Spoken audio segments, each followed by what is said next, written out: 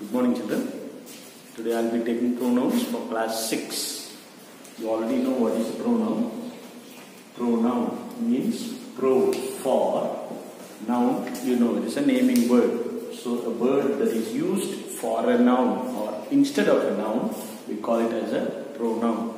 There are actually 10 different pronouns. Nowadays you have to learn 9. In that I will be teaching you the first 3 today. I don't want to confuse you. One is the personal noun. From class 5 you have been studying this one. Then what I am going to teach you are these 3. The personal pronoun, the reflexive pronoun and the emphatic pronoun. This emphatic pronoun you may have in your questions, like a sentence will be given and then write it in the emphatic. So you have to understand what is that one. It's actually very simple, a very simple way to get 1 mark. Personal, something from the word itself you can understand. Personal, it says something about, it stands instead of a name of a person or thing. In that there are 3 persons. First person, second person and the third person. So the first person is the person who is talking. I am talking and you are listening. I am talking to you, you are the second person and I am talking about something or some other person. That person about whom we are talking will be the third person. Now I am talking to you, I am telling you about that sir. That sir is very good. So I am the speaking person, the first person, you are listening, you are the second person, and I was talking about him and he is the third person. In that there are singular and plural, like for example, I, it is singular. When you say we or us, it becomes plural. Here, I means it can be male or female, that is masculine gender or feminine gender. Here also it is same. And then we have this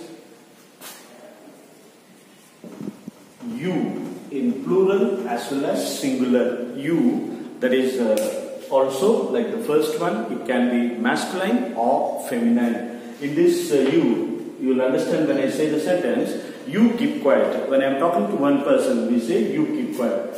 All of you keep quiet. Now I am talking to the whole class. So it will come in singular as well as plural. When you are learning about tenses, you will learn that we consider it as plural. And then we have this third person, he, she, it and all those things. His, her, they, them and all. So here they don't have any gender. Both for masculine and feminine we use this one. Here he is used only for masculine, she is used only for feminine gender, and it is used for neuter, for animals, non-living things and all those things. So personal pronoun when you use, for example, when you say Vishal is a good boy. So you don't know whether Vishal is a boy or a girl from the name, but here it is given boy. Boy means masculine gender. So how will you use the pronoun he? He is a good boy. So he is the word that we use instead of this person. So he is called as a pronoun here. He is a good boy. That's all about personal pronoun. Now if you see about this reflexive pronoun. Reflexive means the doer of the action and the object of the action or what happens, the result, it comes back to the person itself, the doer of the action, the player.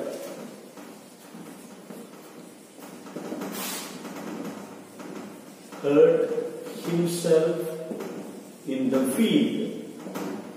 Field means not your field where you are planting something, it's a playground. The player hurt himself. So doer of the action is player. Whom did he hurt? Did he hurt his captain or the goalkeeper or somebody else? No, he hurt himself.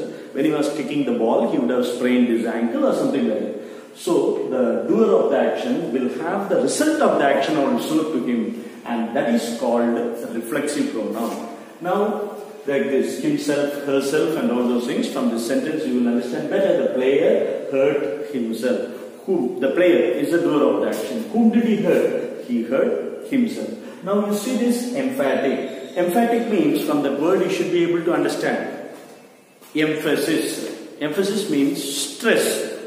For example, when you take a balloon and then put it in a bowl of water, keep it in a bowl of water, and if you press it, the balloon will remain inside. As soon as you take out your hands, the balloon will pop up. So here, emphatic means it gives, like,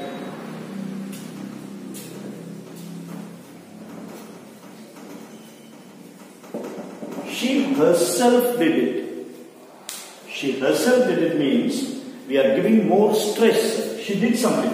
She might have baked something, she might have cooked something, she might have made something. Whatever it is, she did it herself. She did not take anybody's help.